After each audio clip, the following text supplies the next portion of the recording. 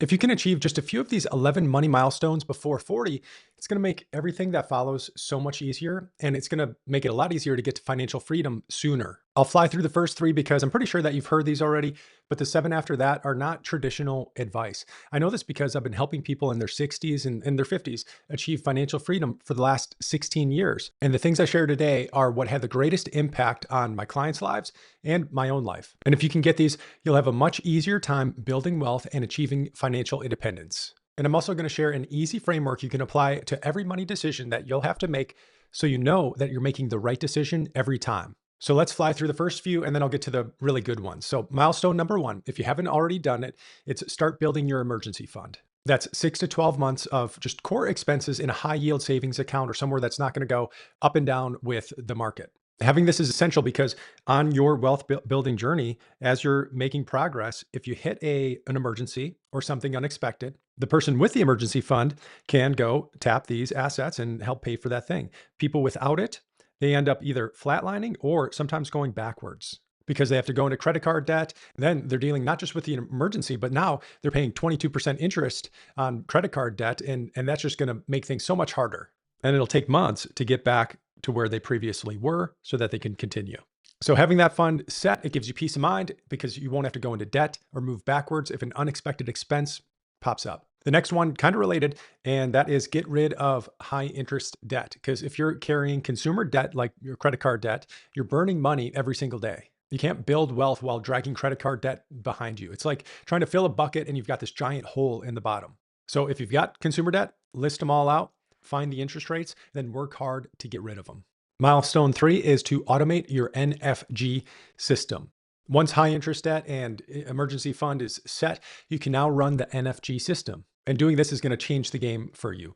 But first, here's what most people do. They get paid and some money hopefully goes into their 401k or retirement account, and then money hits their bank account. And then over the course of a month, then money goes to expenses here or entertainment or other fun things. And then at the end of the month, they think about what they can invest or what they can save. But what smart people do is they actually think ahead about the only three places that money will go. I call it NFG. N is for needs. That's the housing, utilities, groceries. It's the basics, really just the basics to live.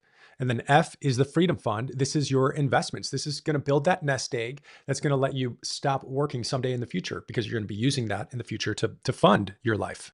And then guilt-free is fun money for right now. It's not your needs, but it's really your wants. The wealthy people that I know decide ahead of time what their allocation is going to be. A great starting point or a place to aim for is 70% of the money that comes into the bank going to needs, 20% going to that freedom fund, which is your future fund, and then 10%, 5 to 10% on guilt-free spending. But the trap that I see middle class people get stuck in is as their income goes up, they also increase their needs. They add a car lease, which becomes a new need because they have to pay for that. Or they get a bigger apartment or a bigger house, and then that mortgage payment is larger as well. And suddenly their needs are 85% of their income. The people who achieve financial freedom sooner, they do the opposite. As income grows, they try to keep their needs steady, maybe increase a little bit, but they really pump up their freedom fund. I had a client who got a $20,000 raise, and instead of upgrading his lifestyle, he kept his needs at 70% and he bumped up his freedom fund to 30%. That's how you build real wealth. So homework for this is just calculate your current percentages for that NFG system and then see where you're spending and then decide, are you going to increase your needs or move more to your freedom? It's not about perfection. It's really just a system, starting a system that works as you're busy living your life. And if you like this simple framework of the NFG method or NFG system, please let me know by clicking the like button. The fourth milestone is to decide your hourly rate because no one's going to value your time more than you value it. So here's what to do. Set a personal hourly rate and stick to it. The first step though, find your currently hourly rate. Just take your annual income and then divide it by 2,000 hours. So if you make $100,000 a year, that's $50 an hour. But this is the key. Set your aspirational rate even higher. What do you want your time to be worth? Is it $100 an hour? Is it $200 an hour? Now, that's how we're going to factor every decision. Here's an example. It's going to take you about, let's pretend it takes an hour to drive across town to return an Amazon package for $30 and get a $30 refund. So you spent $100 of your time to get back $30. I actually have a friend who he was 32 and he had a regular W-2 job as an employee, and he's married, he's got 2 kids, and he realized he was spending every Saturday doing yard work. And he set his aspirational rate at $100 an hour. So he ended up hiring a lawn service for $80 a month. And then he used those 4 extra hours to work on his side hustle that he was interested in. And now the side hustle, it's generating $2,000 monthly for him. So if you can outsource something that you don't enjoy for less than your hourly rate, think about outsourcing it. That includes cleaning or lawn care or even meal prep. So the action for this milestone is calculate your currently hourly value, then set your aspirational value, hopefully higher, and then protect your time like the most valuable asset that it is. Milestone number 5 is decide one area of mastery, because your income is your most powerful wealth building tool. So it's important that we treat it that way. I got life-changing advice from Robert Herjavec. He's one of the Shark Tank guys. He said, focus on being great at one thing. And he compared it to Tom Brady, who gets paid millions to throw the ball. He doesn't get paid to catch. He doesn't get paid to block or to kick, just throw. He was world-class at just one thing. Cal Newport, he calls it becoming so good that they can't ignore you. So pick your lane, double down on a skill that matters most in your field, and then that's what you become known for. But here's the part that most people miss. It's the next money milestone, and that is allocate 1 to 3% of your income annually for learning. So courses or conferences or coaching, all focused on that one area of mastery that you decided. And to fund this, a great thing to do is just use some of that freedom fund, because you're using this to invest in assets, hopefully, but you're also investing in yourself. And remember, the skills that got you to where you are now aren't the skills that are going to get you to where you want to go. So homework for this one is pick your one thing, or at least start thinking about it. What skill, if you mastered it, would make you irreplaceable? Then invest in getting better at it.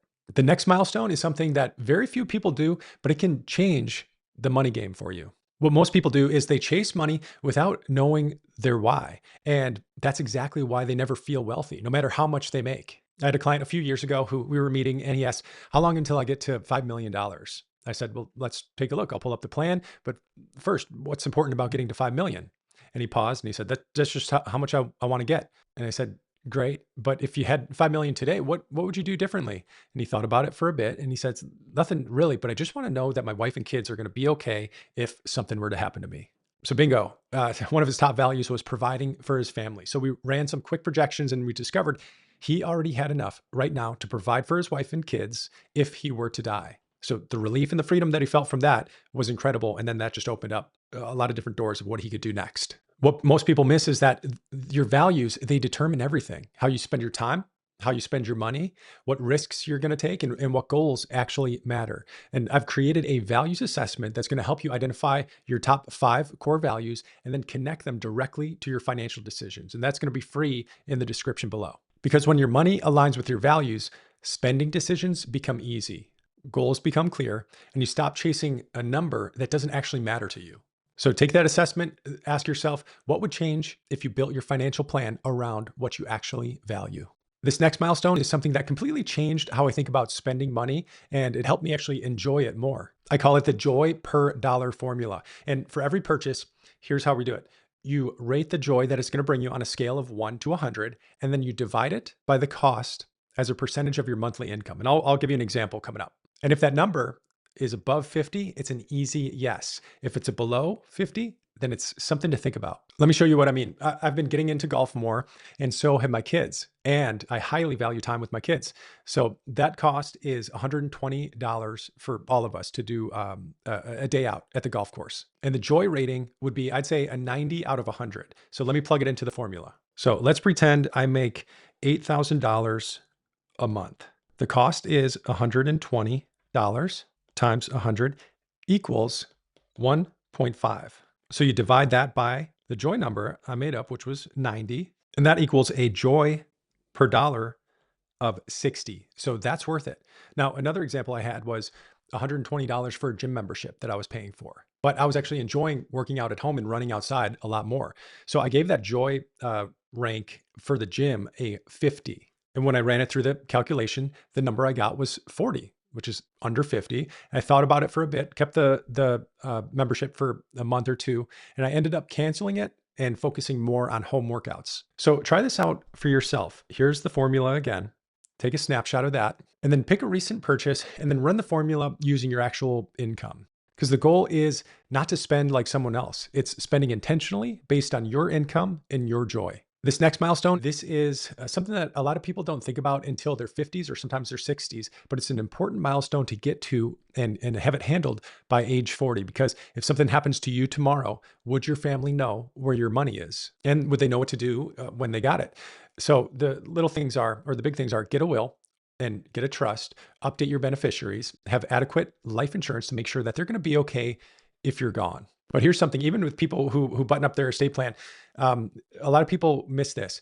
Just make sure that your spouse can easily access your accounts. And the easiest thing is create a simple document with login information or account numbers and what's in those accounts at the time that you create it and where to find the most important papers that you have. I've seen too many grieving families get stuck for months trying to figure out where the money is or how to access accounts. So don't leave your loved ones playing this financial detective during some of the worst period of their life. Many people under 40, they avoid this completely. So I think you're not like most people. So try to get this handled. I've got two more really big milestones, but I'd love to hear if this is helpful so far. If it is, click the like button and subscribe because I've got some really great videos planned for you coming out in the following week. So the next milestone is whether you're single or you're married, you need a regular money check-in. And this is just once per month, 20 to 30 minutes where you update your net worth or look at your net worth, whether it's using Monarch Money or YNAB or any of the apps that are out there. Me personally, I actually use a spreadsheet that is, I guess it's old school, but it helps me get really clear on what accounts, what they're doing, how liabilities are, and then that final big net worth number that we're looking for. And then I ask three simple questions. It's what went well, what didn't, and then what am I going to focus on next month? And if you're married, do this together. If you're single, still do it. Write it down and make it visible. Again, this isn't about perfection. It's about staying connected with your money instead of avoiding it. The next milestone, not many people talk about when they're in their 40s or before 40, but it's really the most important. And it's related to that quote that a healthy person has 1,000 wishes, a sick person has just one. Because if you've got a money goal of, say, travel, who cares about travel if you can't do the walking or enjoy the food or if you're battling depression? So invest in your health, both physical and mental, because wealth really means nothing if you don't have your health. Then let me know in the comments, how are you doing with these milestones? It's okay if you don't have them all. Just decide which one you're going to focus on next and start doing it. And as you work on these videos are going to make sure that you avoid some of the common habits that actually end up sabotaging a lot of well-intentioned people who are working on building their wealth. So I'll see you in those videos. Take care.